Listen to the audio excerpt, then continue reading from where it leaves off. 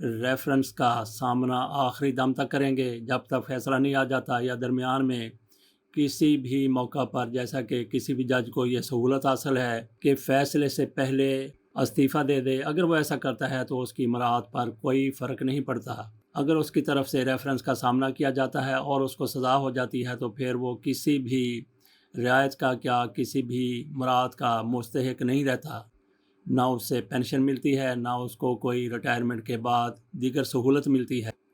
یہاں اس معاملے کی مکمل تفصیل آپ کے سامنے رکھتے ہیں کہ مظاہر علی نقوی صاحب کے حوالے سے کب کیا ہوا، انہوں نے اپنی صفائی میں کیا کہا، کس پر الزامات لگائے، ان کے ساتھی ججوں کا خصوصی طور پر جسٹس طارق مسعود کا ان کے حوالے سے کیا رویہ رہا۔ تفصیل کچھ یوں ہے۔ چیف جسٹس قاضی فائسہ کی سربراہی میں 5 رکنی سپریم جوڈیشل کونسل نے اکثریتی بنیاد پر سپریم کورٹ کے جسٹس مظاہر علی اکبر نقوی کو مس کنڈکٹ کی شکایت پر شو کاز نوٹس جاری کرنے کا فیصلہ کرتے ہوئے 14 روز میں جواب طلب کیا، جن کے خلاف شکایات جمع کرا دی گئی تھی۔ سپریم جوڈیشل کونسل کے سیکرٹری اور رجسٹرار سپریم کورٹ کی جانب سے جاری اعلامیے میں کہا گیا کہ سپریم جوڈیشل کونسل کا آخری اجلاس 12 جولائی 2021 کو ہوا تھا، جس میں justice Gulzar Ahmed chief justice Pakistan تھے اور اس کے بعد مزید شکایتیں درج کرا دی گئی تھیں۔ اعلامیے میں کہا گیا کہ چیف جسٹس قاضی فائسہ نے 27 اکتوبر 2023 کو دوپہر 11 بجے کونسل کا اجلاس طلب کیا، جس میں درج شکایتوں کا جائزہ لینے اور دیگر معاملات زیر غور آئے۔ سپریم جوڈیشل کونسل کے اجلاس کے بارے میں بتایا گیا کہ چیف جسٹس قاضی فائسہ کی سربراہی میں سپریم کورٹ کے 2 سینئر ترین ججوں جسٹس طارق مسعود، جسٹس اعجاز الحسن اور 2 ہائی کورٹس کے سینئر ترین چیف جسٹس صاحبان جسٹس محمد امیر بھٹی اور جسٹس نعیم اختر افغان 29 شکایتوں کا جائزہ لیا۔ جسٹس امیر بھٹی لیے لاہور ہائی کورٹ کے چیف جسٹس ہیں، جبکہ جسٹس نعیم اختر افغان ان کا تعلق بلوچستان ہائی کورٹ سے ہے، وہاں پہ یہ چیف جسٹس ہیں۔ 29 میں سے 19 شکایتیں مسترد کر دی گئیں اور فیصلہ کیا گیا کہ جن ججوں کے خلاف شکایتیں درج کرا دی گئی تھیں ان کو فیصلوں سے مطلع کیا جائے گا۔ سپریم جوڈیشل کونسل نے نشاندہی کی کہ چند وکلاء کی جانب سے غلط شکایتیں جمع کرائی گئیں، جس پر ان کو خبردار کرنے کا فیصلہ کیا گیا۔ تو ناظرین یہاں پہ ایک لمحے کے لیے رکیے، تھوڑا توقف کیجیے کہ بغیر کسی تحقیق کے کیسے ثابت ہوا کہ ان لوگوں کی طرف سے شکایات غلط درج کروائی گئی تھی۔ آگے چلتے ہیں۔ اعلامیے میں مزید کہا گیا کہ جسٹس مظاہر علی اکبر نقوی کے خلاف شکایتیں جمع کرا دی گئی تھیں اور کونسل نے 2 کے مقابلے میں 3 کی اکثریتی رائے سے شکایتوں کی نقول شکاز نوٹس جاری کرنے کا فیصلہ کیا۔ اس پر 14 روز میں انہیں جواب دینے کا کہا گیا۔ اس فیصلے کی مخالفت کرنے والے ججوں نے کہا کہ انہیں جسٹس مظاہر علی اکبر نقوی کے خلاف شکایتوں کا جائزہ لینے کے لیے مزید وقت درکار ہے۔ یہ 2 جج صاحبان کون ہو سکتے ہیں؟ شاید امیر بھٹی صاحب اور اعجاز الحسن صاحب ہوں۔ بہرحال ان کے بارے میں نہیں کہا گیا کہ کن ججوں نے اس کی مخالفت کی تھی۔ 3 جج صاحبان کی طرف سے بہرحال حمایت کی گئی۔ سپریم جوڈیشل کونسل نے مزید کہا کہ ایک شکایت کونسل کے ایک رکن کے خلاف بھی درج کی گئی تھی، جس کے لیے کونسل کی دوبارہ تشکیل کی گئی اور اگلے سینئر جج جسٹس منصور علی شاہ کو جسٹس اعجاز الحسن کی معذرت پر شامل کیا گیا اور شکایت مسترد کر دی گئی۔ اعلامیے میں کہا گیا کہ شہری آمنہ ملک کی جانب سے جسٹس طارق مسعود کے خلاف بھی شکایت درج کی گئی، جنہوں نے شکایت عام کر دی تھی، اور اس شکایت کے لیے بھی جسٹس منصور علی شاہ کو جسٹس طارق مسعود کی معذرت پر شامل کر لیا گیا۔ سپریم کورٹ کے سینئر ترین جج جسٹس طارق مسعود کے خلاف شکایت کے بارے میں بتایا گیا کہ کونسل نے شکایت کا جائزہ لیا لیکن قرار دیا کہ اس کے ساتھ متعلقہ مواد جمع نہیں کرایا گیا، اسی لیے آمنہ ملک کو اپنی شکایت کے ساتھ دستاویز پیش کرنے کی ہدایت کی گئی۔ کہا گیا کہ شکایت کنندہ کی جانب سے مواد سیکرٹری کو موصول ہونے پر جسٹس طارق مسعود کو فراہم کیا جائے گا، جو اس کا جواب بھی دیں گے۔ کونسل نے شکایت کنندہ آمنہ ملک کو اگلے اجلاس میں طلب کر لیا، جہاں سردار طارق مسعود بھی اس حوالے سے اپنا نقطہ نظر دینے کے لیے پیش ہو سکتے ہیں۔ 2020 میں سپریم کورٹ کے جج بننے والے جسٹس مظاہر علی اکبر نقوی کا نام ایک مبینہ آڈیو لیک میں سامنے آنے کے بعد ان کے خلاف سپریم جوڈیشل کونسل میں پاکستان بار کونسل سمیت دیگر کی جانب سے مس کنڈکٹ کے الزام پر متعدد شکایتیں دائر کی گئی تھیں۔ مسلم لیگ نون کے لائرز فورم پنجاب کی جانب سے جمع کرائی گئی درخواست میں جسٹس مظاہر علی اکبر نقوی پر ججوں کے ضابطۂ اخلاق کی سنگین خلاف ورزیوں کا الزام لگایا گیا تھا۔ اسی طرح لاہور سے تعلق رکھنے والے ایک وکیل میاں داؤد نے جسٹس مظاہر علی اکبر نقوی کے خلاف سپریم جوڈیشل کونسل میں ریفرنس دائر کر کے ان کے اثاثوں کی تحقیقات کا مطالبہ کیا تھا۔ دائر کردہ ریفرنس میں کہا گیا تھا کہ جج نے اپنے بیٹوں اور بیٹی کی بیرون ملک تعلیم اور ایک تاجر زاہد رفیق سے مالی فائدہ حاصل کرنے کے لیے اپنے اثر و رسوخ کا استعمال کیا۔ جج پی ٹی آئی اور اس کے قائد عمران خان کے ساتھ اپنے تعلقات کو کھلے عام ظاہر کرتے ہیں۔ وہ اپنی ذاتی رنجشوں کی وجہ سے دوسری سیاسی جماعتوں کے خلاف خطرناک ہونے کا دعویٰ بھی کرتے ہیں۔ اس کے بعد قومی اسمبلی نے آمدن سے زائد اثاثے رکھنے کے الزام میں سامنا کرنے والے جسٹس مظاہر نقوی کا کیس پبلک اکاؤنٹس کمیٹی کو بھی بھجوا دیا تھا۔ سپریم کورٹ میں شکایت جمع ہونے پر سپریم جوڈیشل کونسل کے اس وقت کے سربراہ اور سابق چیف جسٹس آف پاکستان عمر تا بندیال نے جسٹس طارق مسعود سے رائے طلب کی تھی۔ اس حوالے سے جسٹس مظاہر علی اکبر نقوی کا یہ موقف رہا ہے۔ انہوں نے چیف جسٹس عمر تا بندیال کے نام خط میں اپنے خلاف ہونے والی کارروائی کو بدنیتی پر مبنی مہم قرار دیا تھا۔ خط میں جسٹس مظاہر علی اکبر نقوی کا کہنا تھا کہ اطلاعات کے مطابق میرے خلاف فضول اور غیر سنجیدہ شکایت درج کی گئی ہیں جو عدلیہ کے خلاف بدنیتی پر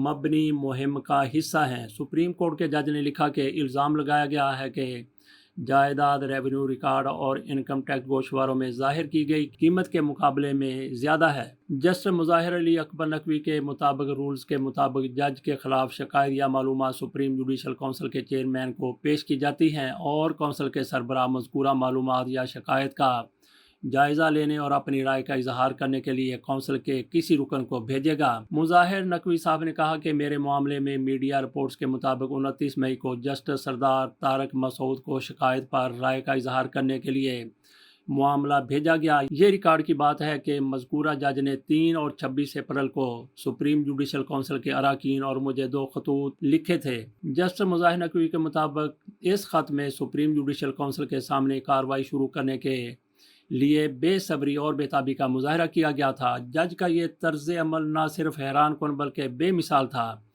ان کا کہنا تھا کہ کبھی بھی سپریم جوڈیشل کونسل کے کسی رکن نے اس انداز سے کام نہیں کیا، جبکہ یہ بات بھی قابل ذکر ہے کہ موجودہ ججوں کے خلاف متعدد شکایات سپریم جوڈیشل کونسل کے سیکرٹری کے پاس موجود ہیں۔ اس سب کے باوجود صرف مجھے ہی نشانہ بنایا گیا ہے، جو کہ میرے خلاف مذکورہ جج کی جان بوجھ کر ذہنیت کو ظاہر کرتا ہے۔ یہ مذکورہ جج کے مذکورہ بالا طرز عمل کے بالکل خلاف ہے۔ مظاہر نقوی نے خط میں مزید کہا تھا کہ مذکورہ جج کارروائی شروع کرنے کے لیے اپنی بے چینی کا اظہار کر چکے ہیں اور اب 29 مئی کو چیئرمین سپریم جوڈیشل کونسل کی طرف سے اپنی رائے کے اظہار کے لیے معاملہ ان کے پاس بھیجا گیا ہے۔ ان کا کہنا تھا کہ انکوائری کے طریقہ کار کے پیرا نمبر 9 کے مطابق اگر کونسل کسی جج کے خلاف کارروائی کرنے کا فیصلہ کرتی ہے تو اسے اپنا موقف بیان کرنے کے لیے 14 دن کا وقت دیا جائے گا۔ جج جس کے پاس معاملہ رائے کے لیے بھیجا گیا ہے اس کی ذمہ داری ہے کہ وہ ایک مناسب وقت کے اندر اپنی رائے پیش کریں۔ رائے کی مدت 14 دن سے زیادہ نہیں ہو سکتی۔ مظاہر نقوی صاحب کہتے ہیں کہ دنیا کی عدالتیں صدیوں سے اس بنیادی اصول پر کام کر رہی ہیں کہ انصاف نہ صرف ہونا چاہیے بلکہ ہوتا ہوا نظر بھی آنا چاہیے، لیکن بدقسمتی سے افسوس سے کہنا پڑتا ہے کہ مجھے میرے معاملے میں ایسا نظر نہیں آتا۔